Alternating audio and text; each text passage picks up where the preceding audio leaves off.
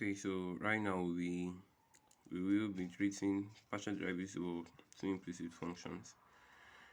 Now, suppose you have an equation that is a or you're given a function f1, which is usually an equation, and it carries independent variables like x, y, u, and v, and then you have another equation too that consists of variables of x, y, u, and v. So these two equations are functions of x, y, u, and v, and they are both equal to 0. So now suppose f1 and f2 are two equations which define u and v as implicit functions of x and y, such that u is a function of x and y and v is a function of x and y. So recall in the last video we did only implicit functions of partial derivative of one implicit function, just one equation, and we said the y over dx is equal to minus partial f over partial x over partial f over partial y, right? So now we are going to be doing what do we do when we have two equations? And then there are four variables this time, but two are implicit functions of the order. U is a function of x and y, and v is a function of x and y. So now this is a formula. This is a formula for it. We have partial u over partial x is equal to, this is determinants from matrix determinants, minus partial f1 over partial x minus partial f2 over partial x partial f1 over partial v partial f2 over partial v, all over determinant of partial f1 partial u partial f2 partial u partial f1 partial v partial f2 over partial v.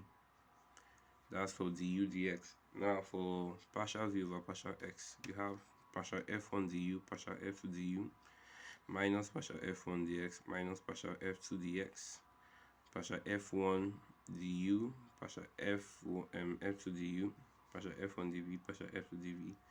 Now there are similarities, like for all of them, even when you come to du over dy and dv over dy,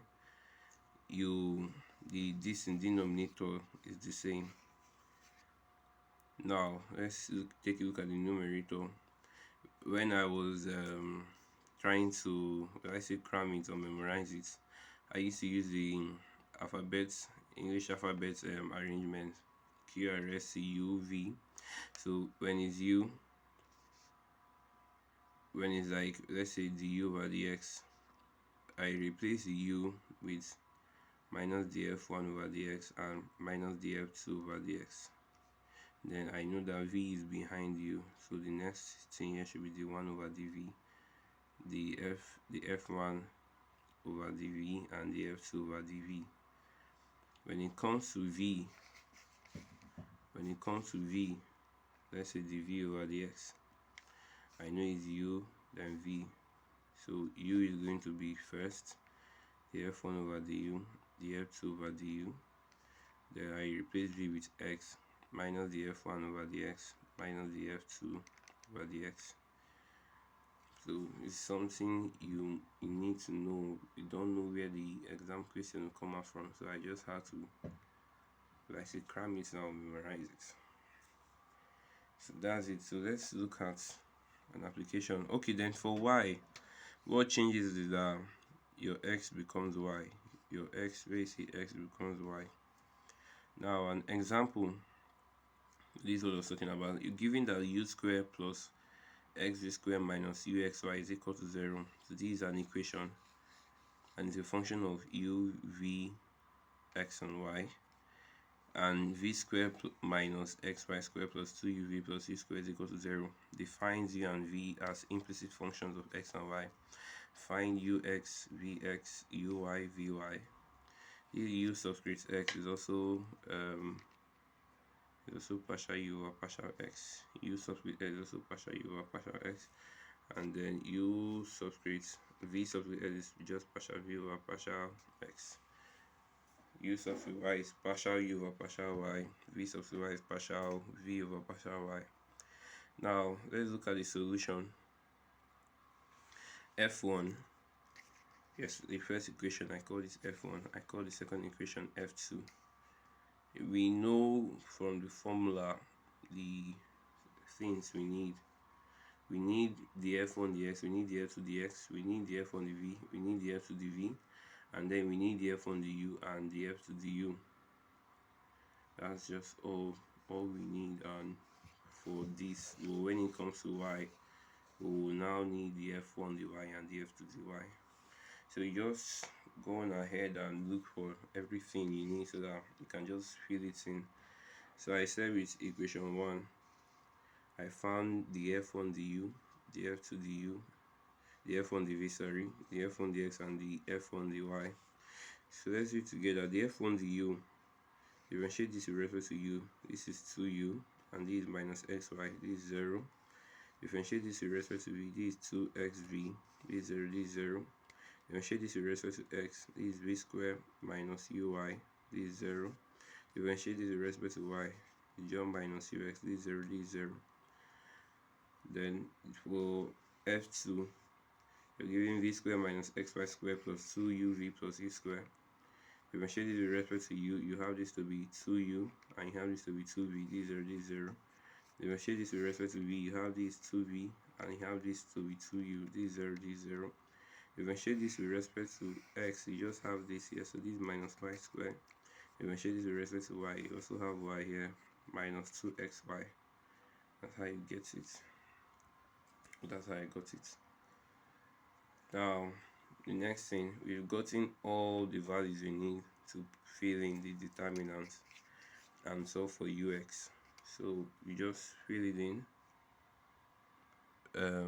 minus the f1 dx, minus the f1 dx.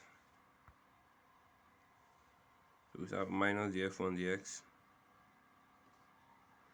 Okay, since I knew the position, so this is minus the f1 dx.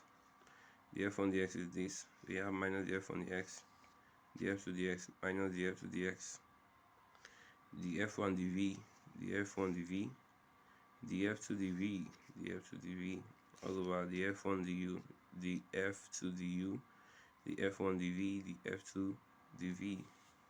You could cross check, maybe pause the video and cross check the positions and show it's okay.